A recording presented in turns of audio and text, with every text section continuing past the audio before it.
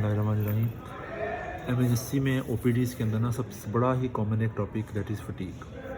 ठीक है, हर पेशेंट आता है कि डॉक्टर साहब मुझे थकावट रहती है, कंधों में दर्द होता है, वेक सी सिम्टम्स होती हैं, आपको ऐसा कुछ समझ नहीं आती इसका मैंने क्या करना है।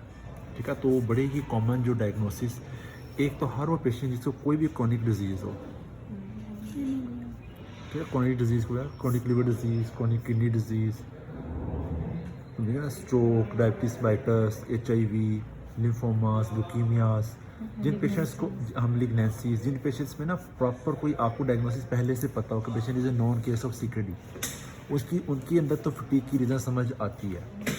ठीक है, उनके आपको पता चल जाता है कि यार अगर क्रॉनिक डिजीज़ कोई है तो इसकी फटीग की वो रीज़न होगी। ठीक है, लेकिन अगर इनमें से कोई चीज़ नहीं है तो फिर जो मोस्ट कॉमन डायग्नोसिस जो आते हैं ना, जिनकी बेस पे आपका मेन OPD चल रहा होता है, अनीमिया, डिप्रेशन, हाइपोथायराइडिज्म, ठीक है, और ऑस्टियोमलेशिया। ठीक है, ये वो डायग्नोसिस हैं जो अक्सर औक़ात मिस होते हैं। ठीक है, इनके बारे में हम लोग सोचते नहीं हैं, आप लोग पेशेंट को ढूंढ रहे होते हैं कोई और चीज़ साथ हमें मिले। ठीक है, अब अनीमिया जो है, अब एक बहुत बड़ा टॉपिक है इट्सेल्फ। अच्छा, अगर हम इस पर अनीमिया से शुरू करें ना, अनीमिया जो है ना, जितनी भी तरह के अनीमियाज हैं, चाहे वो माइक्रोसिटिक है, चाहे वो मैक्रोसिटिक है, चाहे वो नॉर्मोसिटिक है, इन सब की जो प्रेजेंटेशन है वो एक जैसी है।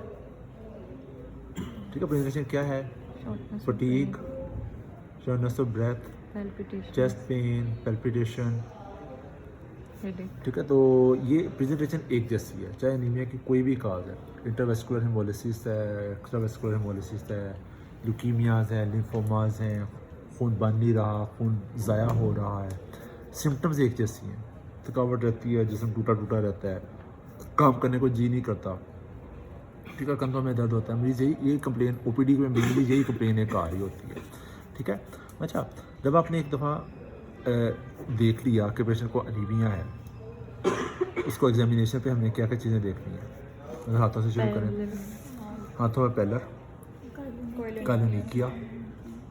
ठीक है, उसके बाद अगर पेशेंट को पैनसाइटोपिनिया है तो आपको प्लेटलेट काउंट कम के परपरास मिल जाएंगे, पल्स टैकिकार्डिया होगा। ठीक है, अगर पेशेंट को हार्ट फेलियर लो वाली पल्स हो सकती है। ठीक है, अगर उसका अनीमिया जो है वो लिम्फोमा की वजह से, तो लिम्फ नोड एनलार्जमेंट मिल सकती है, आंखों में पिलर मिलेगा। अगर हेमोलिसिस की वजह से अनीमिया तो आंखों में जॉन्डिस मिल जाएगा। ठीक है, अगर अनीमिया की वजह से हार्ट फेलियर हुआ तो आपको JVP रेस मिल जाएगी। अगर macrocytic B12 folic acid deficiency है तो ग्लोसाइटस मिल जाएगा। ग्लोसाइटस मीन्स आपने देखा होगा जो बच्चे होते हैं, छोटे बच्चे होते हैं, उनके जो ये जो माउथ के कॉर्नर्स होते हैं, ये वाले एंगुलर चिलाइटस। ठीक है, एंगुलर चिलाइटस आपको मिल सकता है। ठीक है, नेक में आए तो नेक में आपको JVP रेस मिल सकती है अगर अनीमिया के हार्ट फेलियर हो रहा है। लंग्स में जाएँ तो लंग्स का एग्जामिनेशन यूजुअली नॉर्मल होता है, लेकिन हार्ट फेलियर के आपको फीचर्स मिल सकते हैं, S3 गैलप मिल सकता है। ठीक है, नेक के अंदर आपको लिम्फ नोड्स मिल सकते हैं। एब्डोमेन में आए तो स्प्लीनोमेगाली, हिपेटोमेगाली। अगर अनीमिया के साथ स्प्लीनोमेगाली और हिपेटोमेगाली है तो डिफरेंशिएशन में क्या चीज़? Malaria, leukaemia and lymphoma, leukaemia lymphoma, haemolytic anaemia, haemolysis. ठीक है, अच्छा, ये है एग्जामिनेशन की फाइंडिंग जब आपने उधर देखना है। लेकिन अगर पेशेंट के आता है, आपने उसको देखा है कि यार अनीमिया लग रहा है, तो तरतीब वाइज अगर हम चले ना, पहले हिस्ट्री आती है, फिर एग्जामिनेशन, फिर इन्वेस्टिगेशन। तो हिस्ट्री पे क्या चीज़ें हैं बहुत इंपॉर्टेंट। अनीमिया की सबसे important causes iron deficiency anaemia. तो आयरन डेफिशिएंसी अनीमिया में सबसे इंपॉर्टेंट क्वेश्चन क्या है? खून ज़ाया कहाँ से हो रहा है? उसके लिए अपने ढूंढने की कोशिश करनी है। आप शादीशुदा हैं, आप गैर शादीशुदा हैं, ख़ातून अगर स्पेशली, तो आपके बच्चे कितने हैं, पीरियड्स में खून ज़्यादा तो नहीं आता, मेल पेशेंट है या फीमेल पेशेंट है, कोई भी GI cause, always rule out GI cause. बवासीर तो नहीं है। मैंने हेमोराइड्स के साथ पेशेंट का हीमोग्लोबिन 2 तक गिरते हुए देखा हुआ है। इतना सीवियर, लोग इग्नोर करते रहते हैं इसको। हाँ, वो बड़ी बड़ी हमने कम हीमोग्लोबिन देखी हुई है इसके साथ। ठीक है, ओल्ड एज है, अनीमिया है, ऑलवेज लुक फॉर मैलिग्नेंसी। ठीक है, आपको भूख का क्या हाल है? आप खाने में क्या करते हैं? गोश्त खाते हैं, सब्ज़ पत्तों वाली सब्जियां खाते हैं कि नहीं खाते हैं? जो सिर्फ वीगन डाइट लेते हैं, गोश्त खाते ही नहीं हैं, उनके अंदर B12 डेफिशिएंसी हो सकती है, ठीक है, B12 डेफिशिएंसी हो सकती है। अच्छा, फीमेल पेशेंट्स, मिनोरेजिया, बच्चे अगर 6-8 बच्चे हैं, बच्चा जो माँ से बनता है ना सारा, उसमें माँ में कमी हो जाती है अगर उसको रिप्लेस नहीं करेंगे तो, ठीक है। चिल्ड्रन और ब्लड लॉस, आपने जब भी एनीमिया हो ब्लड लॉस की रीजंस लाजमी देखनी है, ठीक है। अच्छा, बड़ी इंपॉर्टेंट काज है सीलियक डिजीज़। अडल्ट्स के अंदर iron deficiency anaemia coeliac disease की बड़ी मेन प्रेजेंटेशन है। एक बड़ी दफ़ा उसके अंदर आपको डायरिया, कॉन्स्टिपेशन नहीं मिलती, डायरिया, एब्डोमिनल पेन वगैरह सीलियक डिजीज में नहीं मिलती, सिर्फ आपको आयरन डेफिशिएंसी एनीमिया मिल रहा होता है, ठीक है। अच्छा, जब आपने हीमोग्लोबिन देखी ना, बस की हीमोग्लोबिन है 7, आप लोगों को पता चल गया कि यार एनीमिया है। आपने काजिज भी उससे क्वेश्चंस भी पूछ लिए, उसका एग्जामिनेशन भी कर लिया, उसकी CBC करवाई, CBC वापस आती है हीमोग्लोबिन 7 है, उसका 7 है, ठीक है। नेक्स्ट है जो फोनस पे देखना है आप लोगों ने, वो MCV देखना है। MCV की बेस पे आप लोगों ने लेस देन 72 है तो माइक्रोसिटिक हो जाएगा, 72 से 90 के दरमियान है तो नॉर्मोसिटिक हो जाएगा, ग्रेटर देन 90 है तो मैक्रोसिटिक हो जाएगा। तो इनके फ़ौरन आपके जेन में इनकी कॉजेज आ जाएँ। Microcytic anaemia is equal to iron deficiency anaemia almost 99 cases के अंदर, ठीक है। नॉर्मोसिटिक में आपकी CKD आ जाता है, आपको पता है CKD के अंदर क्या होगा, एरिथ्रोपोइटिन डेफिशिएंसी हो जाएगी पेशेंट को, हेमोलिटिक एनीमिया हो जाएगा, ठीक है। मैक्रोसिटिक में B12 और फोलिक एसिड, ठीक है। अच्छा, साथ ही आपने पेशेंट को भेजा हुआ था पेरिफेरल स्मीयर, पेरिफेरल स्मीयर पे भी आपको नॉर्मो मैक्रो इसका पता चल जाएगा। पेरिफेरल स्मीयर पे एक सेल भी जो मिल जाए जिसके अंदर वो हाइपर सेगमेंटेड न्यूट्रोफिल्स, तो वो शो करेगा कि पेशेंट को B12 फोलिक एसिड डेफिशिएंसी है, ठीक है। अच्छा, इसके साथ ही हम लोग एक टेस्ट करवाते होते हैं, साथ ही पेशेंट का हम लोग पेशेंट को एडवाइस करते हैं CBC with peripheral smear with retic count, ठीक है। रेटिक काउंट जो है ये इमेच्योर RBCs होते हैं। इमेच्योर RBCs क्या काम करते हैं, जब आपका बॉडी में पेरिफेरी सेल्स टूट रहे हैं तो बोन मैरो कहता है कच्चे पक्के जितने भी सेल्स हैं सारे उठा को बाहर कर, ठीक है। तो इमेच्योर सेल्स होते हैं ये, ठीक है। अगर आप लोग पेरिफेरल स्मीयर पे RBCs की शेप देखो तो इस तरह बाई कन्वेक्स होता है, दरम्यान में एक डिम्पल होता है। जो रेटिक होता है वो ऐसा पूरा गोल होता है, ठीक है। अच्छा, तो रेटिक काउंट इंक्रीज्ड है, इसका मतलब है कि हेमोलिसिस हो रहा है, पेशेंट को हेमोलिसिस हो रहा है। और दूसरे हमें क्या चीज़ मिलती है कि बोन मैरो काम कर रहा है पेशेंट का, बोन मैरो इज फंक्शनल, ठीक है। अच्छा, पेरिफेरल स्मीयर पे हमें और क्या चीज़ मिल सकती है, ल्यूकीमिया लिम्फोमास, ठीक है। उसके आपको ब्लास्ट सेल्स मिल सकते हैं, ठीक है। अगर मलेरिया की वजह से हेमोलिसिस हो रहा है तो आपको वहाँ पे एम्पिसाइट्स मलेरिया पैरासाइट नज़र आ सकते हैं। मलेरिया पैरासाइट के अलावा आपको अगर हेमोलिसिस हो रही है वहाँ पे शिस्टोसाइट्स नज़र आ सकते हैं, ठीक है। अगर पेशेंट को हाइपरस्प्लीनिज्म है, स्प्लीन लार्ज है, तो स्प्लीन की वजह से वाइट सेल्स मिल सकते हैं आपको, ठीक है। अगर हेमोलिसिस की काज स्फीरोसाइटोसिस, लिप्टोसाइटोसिस है तो आपको पेरिफेरल स्मीयर पे स्फीरोसाइट्स, लिप्टोसाइट्स नज़र आ सकते हैं, ठीक है। ये सिंपल एक CBC विद पेरिफेरल स्मीयर और रेटिक काउंट जो एक ही टेस्ट एक ही लाइन में आप लोग को लिख देते होते हैं, उसकी बेस पे आप लोग कितने डिफरेंशियल्स बना सकते हैं, ठीक है। फिर आपने एक आप पहचाने कि आयरन डेफिशिएंसी है। आयरन डेफिशिएंसी में CBC हो गया तो फेरेटिन, ट्रांसफेरिन और ट्रांसफेरेशन सैचुरेशन, इनकी बेस पे आप लोग कंफर्म कर सकते हैं। अगर फेरेटिन डिक्रीज्ड है, ट्रांसफेरिन डिक्रीज्ड है, TIBC इंक्रीज्ड है, TIBC आयरन डेफिशिएंसी में इंक्रीज हो जाती है, ये आयरन डेफिशिएंसी एनीमिया की, ठीक है। अच्छा, आज जब आपने डिसाइड कर लिया कि जो पेशेंट का आयरन डेफिशिएंसी एनीमिया है तो ब्लड लॉस की काज देखनी है। ब्लड लॉस की काज के लिए हम पेशेंट का स्टूल कंप्लीट एग्जामिनेशन, अब ये मैं पहले सिंपल चीज़ें करवा रहा हूँ। स्टूल कंप्लीट एग्जामिनेशन क्योंकि GI सबसे कॉमन काज है ब्लड लॉस की, ठीक है। स्टूल का एग्जामिनेशन, स्टूल का में आपको लाइक अकल्ट ब्लड आपने देखना है। पूरी दुनिया में most common cause of iron deficiency anaemia is parasitic carcinoma, parasitic infection. कौन सा पैरासाइट? एनकाइलोस्टोमा ड्यूडिनेल, एनकाइलोस्टोमा ड्यूडिनेल, ठीक है, जिसको पिन वर्म कहते हैं। चुमुने इज डिफरेंट, चुमुने स्केरस टोमेरोकोइडीज होते हैं, वो आपको काटते हैं आके नीचे, ठीक है। तो पैरासाइट एनकाइलोस्टोमा ड्यूडिनेल, इस वजह से गांव के अंदर आपने देखा होगा कि जब आयरन डेफिशिएंसी एनीमिया ट्रीट हम लोग करते हैं, साथ पैरासिटिक के लिए D1 दवाई भी देते हैं, ठीक है। बिबेंडाजोल, एल्बेंडाजोल, वर्मोक्स, जेंटल के नाम से दवाइयाँ आती हैं, वो दवाइयाँ भी लिखते हैं अभी, ठीक है। तो इन्वेस्टिगेशन की समय लगी, पहला test CBC with peripheral smear, दूसरा रेटिक काउंट, उसके बाद स्टूल टूम एग्जामिनेशन, और फिर आपने ब्लड लॉस की काज देखनी है। अपर GI एंडोस्कोपी, लो GI एंडोस्कोपी, ठीक है। स्पेशली अगर आप सस्पेक्ट कर रहे हैं ओल्ड एज है तो always look for malignancy, old age में always look for malignancy, colorectal carcinoma, ठीक है। Upper GI endoscopy coeliac disease के लिए, सीलिएक के लिए क्या देखना है आप लोगों ने? बायोप्सी लेनी है, ठीक है। बायोप्सी पे आप लोगों ने सीलिएक के फीचर्स देखने होते हैं, और उसमें विलाई की ब्लंटिंग होती है, ठीक है, लिम्फोसाइट इन्फिल्ट्रेशंस होती हैं। अच्छा, अगर सीलिएक सस्पेक्ट कर रहे हैं तो पेशेंट को फिर IgA टिश्यू ट्रांसग्लूटामिनेज एंटीबॉडीज़ करवाते होते हैं, तो एंटीग्लाइडिन एंटीबॉडीज़ करवाते हैं, एंटीग्लाइडिन, ठीक है। अच्छा, और मैक्रोसिटिक एनीमिया है, मैक्रोसिटिक एनीमिया की B12 फोलिक एसिड की काज, उसकी एक तो हिस्ट्री पे पता चल जाएगा कि पेशेंट अल्कोहल लेता है, पेशेंट को पैंक्रेटाइटिस है, पेशेंट का स्टमक रिमूव हुआ हुआ है, क्योंकि आपका जो B12 है उसने एब्जॉर्ब होना है इंट्रिंसिक फैक्टर के साथ मिलके आइलियम के अंदर एब्जॉर्ब होना है। अगर स्टमक ही नहीं होगा तो आपको वो काम नहीं करेगा, ठीक है। पेशेंट मेटफॉर्मिन ले रहा है, मेटफॉर्मिन बड़े लंबे अर्से तक ले रहा है तो उसको B12 डेफिशिएंसी हो जाती है पेशेंट को, ठीक है।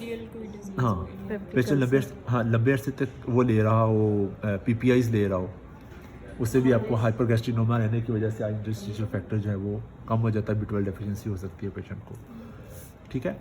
लेकिन खुराक, फूड, लोगों के पास पैसे नहीं होते खाना खाने के, गोश्त खाने के, ठीक है, रोटी खाने के पैसे नहीं है तो गोश्त कहाँ से खाएंगे, तो फूड, ठीक है। अच्छा जी, लेकिन B12 का मसला ये है कि जब हमें B12 की रिप्लेसमेंट करनी है ना, क्योंकि इसकी रिप्लेसमेंट के लिए हमें स्टमक चाहिए, स्टमक का इंट्रिंसिक फैक्टर चाहिए, तो इस वजह से ओरल जो है ना वो B12 काम नहीं करता। ओरल दे भी देंगे पेशेंट को तो वो, क्योंकि आपका इंट्रिंसिक फैक्टर नहीं आ रहा तो ओरल एब्जॉर्ब भी नहीं होगा, इस वजह से इसकी रिप्लेसमेंट जो है पैरेंटल करते हैं, इंट्रामस्कुलर या IV करते हैं, ठीक है। अच्छा, अगर आपको लग गया पता कि ये इस पेशेंट को ना वो है आयरन डेफिशिएंसी एनीमिया है, तो आयरन डेफिशिएंसी एनीमिया के लिए सिंपल आप लोग क्या करेंगे, पेशेंट की हीमोग्लोबिन देखेंगे कितनी है, ठीक है। आपने देखनी है रिक्वायर्ड हीमोग्लोबिन, फर्स्ट की आप पेशेंट की हीमोग्लोबिन है 7, रिक्वायर्ड हीमोग्लोबिन है हमें 11, तो 11 - 7 मल्टीपल बाई वेट प्लस 1000, ठीक है। 4 मल्टीपल बाई फर्स्ट केस का वेट है 60 किलो, 240 प्लस 1000, तो 1240 मिलीग्राम उसको हमने आयरन रिप्लेस करना है,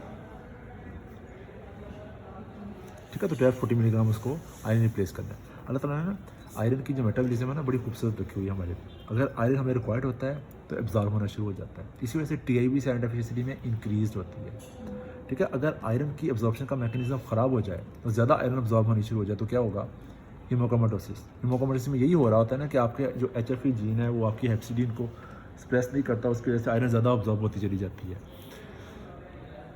अच्छा, अब आयरन को आप लोग पैरेंटल भी दे सकते हैं और ओरल भी दे सकते हैं। तो ओरली आप लोग बड़ी कॉमन एक दवाई मिलती है आइबर्ट फोलिक, ठीक है, हीमो केयर सिरप, बिस्लेरी, इनकी टैबलेट्स भी आती हैं, गोलियां भी आती हैं, ठीक है। पोलीमाल्टेफ, ये कॉमन ब्रांड नेम्स है जो आयरन की ज़रूरत में आप लोग पेशेंट को प्रिस्क्राइब कर सकते हैं, ठीक है।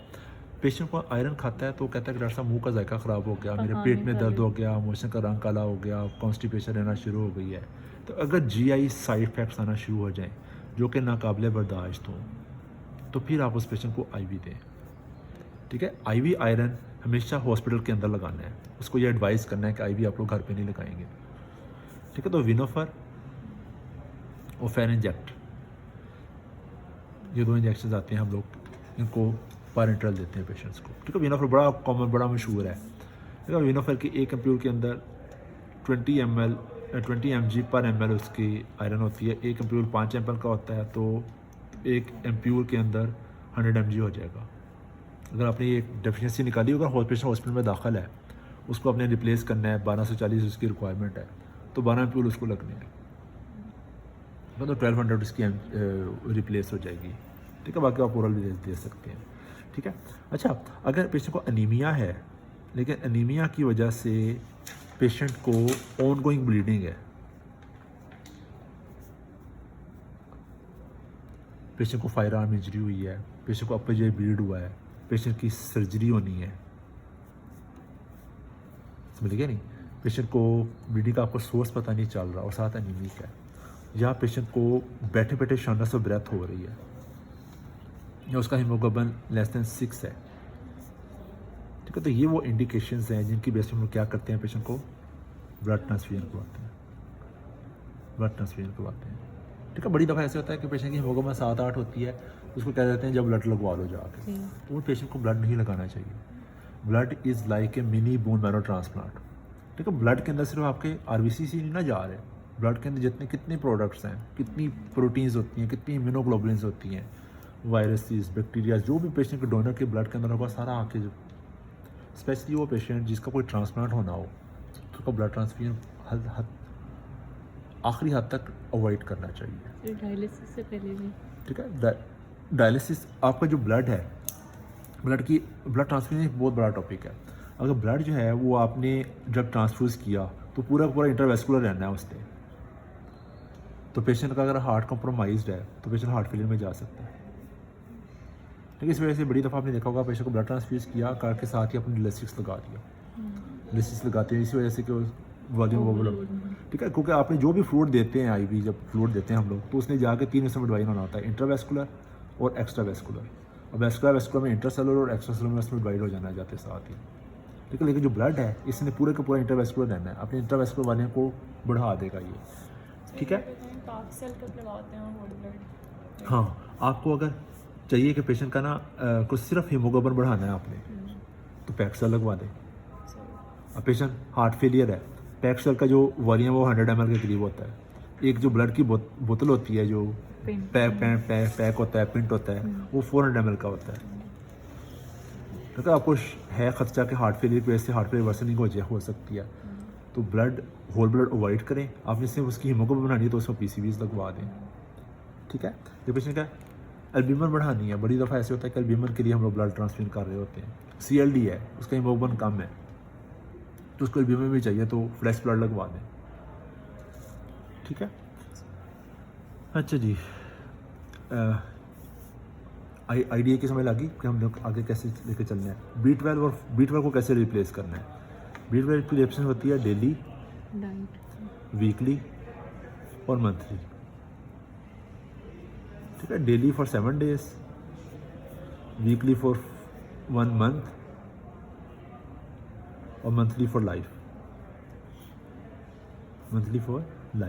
ये अपने इंजेक्शन B12 जो है वो पेशेंट को ऐसे एडवाइस करना है कि आपने डेली लगवाना है 1 हफ्ते के लिए, और फिर आपने वीकली लगवाना है 1 महीने के लिए, फिर आपने मंथली लगवाना है फॉर लाइफ। ठीक है, पेशेंट को मॉनिटर कैसे करना है, उसकी हीमोग्लोबिन देखनी है और साथ रेटिक काउंट देखना है। ठीक है, जब हम पेशेंट को ट्रांसफ्यूजन करेंगे तो उसका हीमोग्लोबिन बढ़ेगा और बोन मैरो काम करना शुरू करेगा, तो रेटिक काउंट भी बनना शुरू हो जाएगा। उसको फॉलो पे बुलाते होते हैं ना आप लोग, अब देखो हमने आपको आयरन लगाया था, हमने आपको B12 लगाया था, तो अब देखना है कि उसकी वजह से आपका खून बढ़ा कि नहीं बढ़ा। फॉलो पे मरीज़ बुलाते हैं ना कि ये दवाई को शुरू करवाई आपने, दवाई शुरू करवाने के आपने 2 हफ्ते बाद आपने ये वाला टेस्ट करवाते हुए आना है। तो टेस्ट की आपको रीज़न अब पता हो ना कि मैंने टेस्ट क्यों करवाना है, RFTs करवाना है, सीरम इलेक्ट्रोलाइट करवाना है, क्यों करवाना है। ठीक है, अच्छा जी, अब ब्लड बनने के लिए क्या क्या कुछ चाहिए।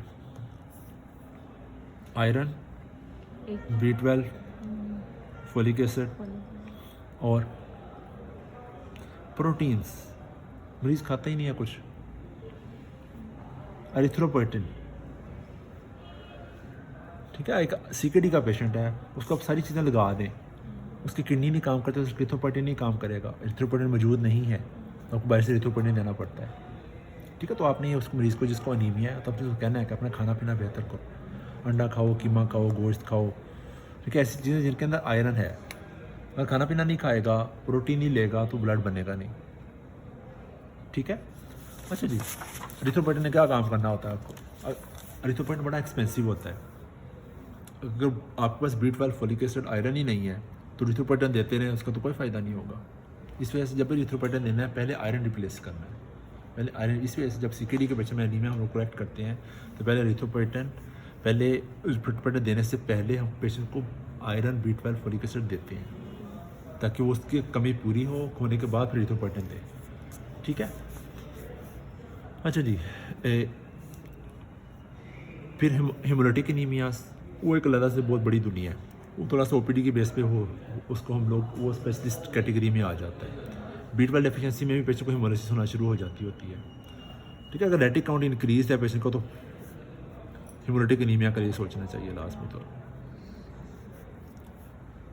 अच्छा, फिर हम लोग टॉपिक था फटीग। एक तो काज होगी अनीमिया, दूसरी काज हाइपोथायराइडिज्म। हाइपोथायराइडिज्म को क्वेश्चन कैसे किए जा सकते हैं? वज़न का क्या हाल है? वज़न बढ़ तो नहीं रहा, खाना भी थोड़ा खाते हैं और वज़न बढ़ रहा है। अब वो गर्मी ज़्यादा लगती है कि सर्दी ज़्यादा लगती है?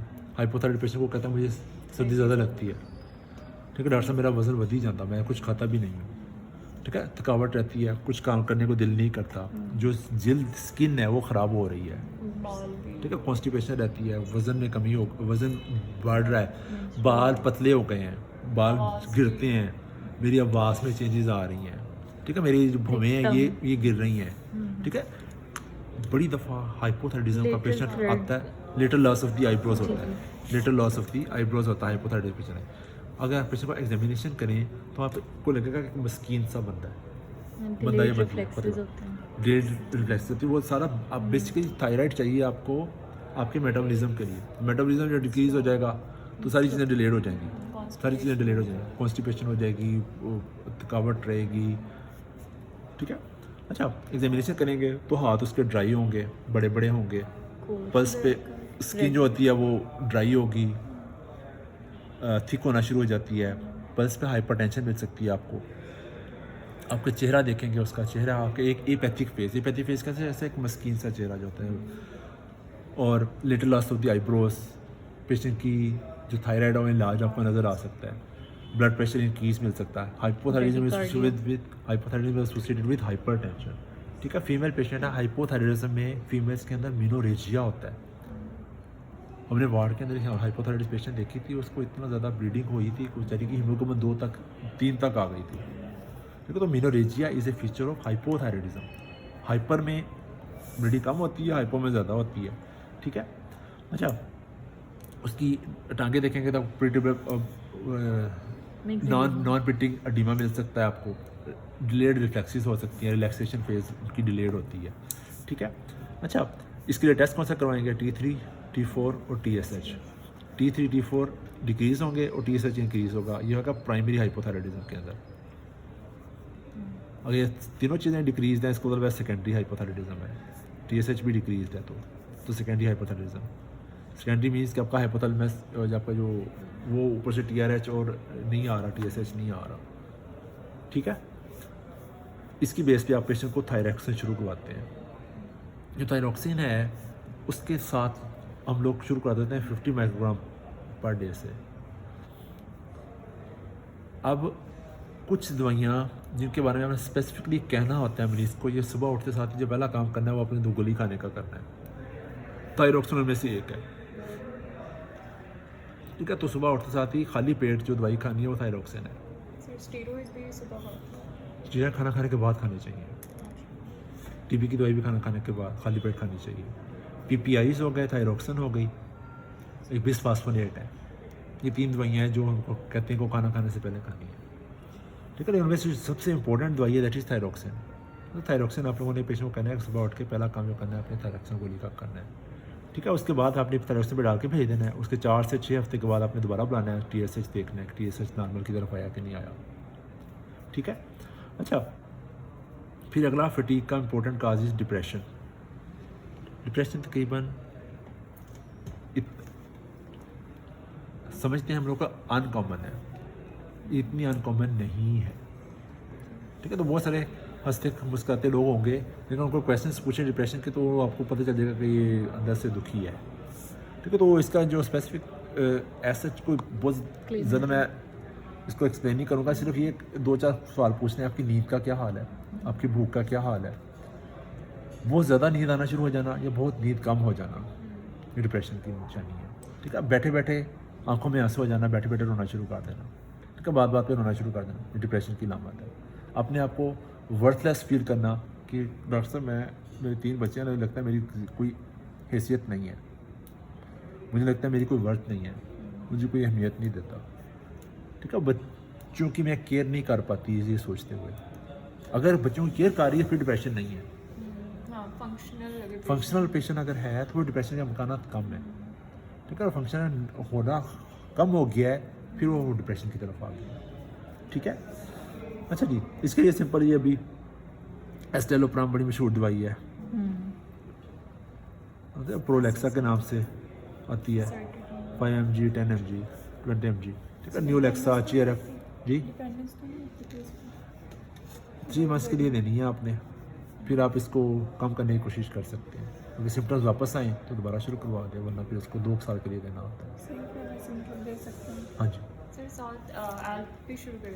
एल्प्राजोलैम जो है ना उसको अवॉइड करना चाहिए। एल्प्राजोलैम जो है ना, आप एक गोली से शुरू करेंगे, मरीज़ का डॉक्टर साहब मुझे तो इसके बाद मुझे नींद नहीं आती, फिर वो 1 खाएगा, 2 खाएगा, 3 खाना शुरू कर देगा। ठीक है। जो पेशेंट्स होते हैं ना एस्टेलोप्राम के ऊपर या एल्प्राजोलैम के ऊपर, जब वो 13वां-14वां दिन होता है ना, 13-14 डे होता है, उस वक्त उनका इफ़ेक्ट शुरू होता है। बहुत सारे मरीज़ ये सोचते हुए कि यार दवाई तो काम ही नहीं करती, मैं इन्हें छोड़ना दें, वो छोड़ देते हैं। आपने ये काउंसलिंग करनी है कि इस दवाई का जो इफ़ेक्ट है वो स्टार्ट होगा आफ्टर 13-14 डेज़। ठीक है। अब यही वाला टाइम होता है जहाँ पे वो अब वो अपने आप को थोड़ा एक्टिव महसूस करते हैं और डिप्रेशन की वजह से सुसाइड की तरफ आते हैं। तो सुसाइड का रिस्क इंक्रीज़ हो जाता है आफ्टर स्टार्टिंग एंटी डिप्रेसेंट्स। ठीक है। तो अपने घर वालों को इस चीज़ पे रखना है कि इसकी नज़र रखनी है कि दवाई ले रहा है सही और इसके पास कोई ऐसी उल्टी सीधी चीज़ तो नहीं है। ठीक है। सपोर्ट मैकेनिज़्म, पाकिस्तान में सपोर्ट मैकेनिज़्म बहुत अच्छा है, लोग खुदकशी की तरफ कम जाते हैं तो फैमिली स्ट्रक्चर की वजह से। अच्छा, डिप्रेशन हो गया, फिर अगली कॉमन चीज़ है ऑस्टियोमलेशिया। ओपीडी में आप प्रिस्क्राइब कर सकते हैं एंटीडिप्रेसेंट्स, लाइक आपको कोई साइकाइट्रिक एवैल्यूएशन करवानी चाहिए या मैं बस लिख दूँ? आइडियली तो होनी चाहिए, लेकिन आप जितने भी बड़े डॉक्टर्स के नुस्खे देखें ना तो उनमें 3-4 चीज़ें बड़ी कॉमन आपको मिलेंगी। एक उन्होंने एस्टेलोप्राम लिखी होती है, एक उन्होंने विटामिन डी एनालॉग लिखा होता है, एक मल्टीविटामिन्स लिखा होता है। ठीक है। तो जनरल प्रैक्टिस के दौरान ये 3 डायग्नोसिस बड़े कॉमन है। आपने बड़ी दफ़ा देखा नहीं, अपने हमारी अम्मा जो है कंप्लेन करती है कंधे दुखते हैं, आप उनको ला के सरबैक्स जी देते हैं, वो कहती हैं ठीक हो गया। होता नहीं, हमने खुद का एक्सपीरियंस किया हुआ है ये चीज़ ना। विटामिन डी डेफिशिएंसी बच्चों में अंदर हो तो रिकेट्स कहलाएगी, अगर वो ग्रोथ प्लेट ओसीफाई होने के बाद मसला हो रहा तो ऑस्टियोमलेशिया कहलाएगा। ठीक है। तो बच्चों में हड्डियाँ टेढ़ी हो जाती हैं, बड़ों में नहीं होती। बड़ों में ये बोन पेन, जिस्म में दर्दें, थकावट रहना। ठीक है। तो इसके लिए सिंपल आप पेशेंट को कैप्सूल सनी डी या इंड्रॉप डी, इंजेक्शन इंड्रॉप डी, ये देना आपने कहना 6 वीक्स के लिए, वंस पर वीक। हर 15 दिन? हाँ, वंस पर वीक लेके 6 हफ्ते पूरे कर ले। 6 हफ्ते पूरे करने के बाद वंस अ मंथ ले लिया करें। once a month for life? हाँ और जी, ये पी सकते हैं? हाँ ये इसको पी भी सकते हैं। इसके अंदर 250,000 यूनिट्स होते हैं इसके अंदर, 250 लाख 2,50,000 यूनिट्स होते हैं इसके अंदर Sir, ठीक है। once a month for? For life. ठीक है। दूध हमें खालिस मिलता नहीं है जिसके अंदर विटामिन डी है। विटामिन डी हमें धूप से मिलना था, लेकिन धूप कौन सी वाली, जो सुबह 7 बजे से 9 बजे वाली, उस दौरान हम लोग निकलते नहीं हैं, ठीक है। हमारी ख़वातीन वैसे ही घरों के अंदर रहती हैं, धूप मिलती नहीं है प्रॉपर, ठीक है। हमारा जो हमसाया है ना, जो हमें दूध देने आता होता था, वो कहता मेरा एक दोस्त है, वो ना अपने इलाके के ना दूध वालों सारी जो दुकानें हैं ना चाय वाली खोखे जो हैं उनको दूध सप्लाई करता है, लेकिन उसके पास भैंस एक भी नहीं है। उसने 3-4 वॉशिंग मशीनें रखी हुई हैं, उनमें दूध बना के बेचता है, ठीक है। तो हमारा ये हाल है, हम बच्चों को पता नहीं क्या पिलाते हैं, अल्लाह ताला माफ़ करें, इन लोगों का कैसे हिसाब होगा, ठीक है। उसमें मलेशिया तो विटामिन डी और तो मल्टी विटामिन बड़े मशहूर, सर्बेक्स जी इकोनॉमिकल भी है, ठीक है। अगर बिरोका डिज़ोल्व इन वाटर, वो पानी में डिज़ोल्व हो जाता है, टैंक की तरह से बड़ा अच्छा शरबत बन जाता है, ठीक है। वाइट्रम, सेंगोबायोन, पोलीमाल्टेफ, ठीक है, मल्टीबायोंटा, ठीक है। ये इनकी तो ख़त्म ही नहीं होती ना, अब विटामिन्स की जो रेंज है, साइड इफेक्ट ठीक है। सेंट्रम, जो मल्टीविटामिन्स है ना, वो पेशेंट क्यों नहीं लेते, क्योंकि एक तो उनकी गोली बहुत बड़ी सारी खौफनाक सी गोली नज़र आती है, ठीक है, और वो निकलती का रास्ता है, खादी नहीं जाती, उसके साथ नोजिया होता है, एब्डोमिनल डिस्कम्फर्ट होती है, मेटालिक टेस्ट भी आता है। हाँ, iron- ठीक है। इस वजह से लोग इसको लेना छोड़ते हैं। तो उसका जो हल है वो ये मैंने ये देखा था, बिरोका के सारे सबसे कम होते हैं, जैसे थोड़ी सी एक्सपेंसिव होती है, लेकिन आपने सब लोग आपसे पूछे ना मल्टीविटामिन कौन सा अच्छा है, और उनको यही गाइड करें जो आपको सूट कर जाए। सब एक जैसी हैं, मीकोबाल और मैथिकोबाल, मिकोजन, इनके अंदर ये भी ये इनके अंदर विटामिन 2 तरह के होते हैं ना, वाटर सॉल्युबल और फैट सॉल्युबल। B1 से लेकर B12 तक, वो A, D, E और K ये फैट सॉल्युबल, ठीक है। तो एक गोली जिसके अंदर सारा कुछ मौजूद है वो मल्टीविटामिन गोली कहलाएगी, और ये मैथिकोबाल में एक चीज़ होती है B1, B6, B12, ठीक है। जो सेंट्रम है ये इंटरनेशनल ब्रांड है, ये भी कॉमनली यूज़ होता है, ठीक है। इनके कुछ आपने से पूछे ना कोई बंदा कौन सी मल्टीविटामिन लेनी चाहिए, तो नहीं जो आपको सूट कर जाए। सर्बैक्स जी बहुत अच्छी है, और सूट करती है तो बहुत अच्छी है, उस सेंट्रम के बराबर है, ठीक है। अच्छा जी, आज के लिए इतना काफ़ी है।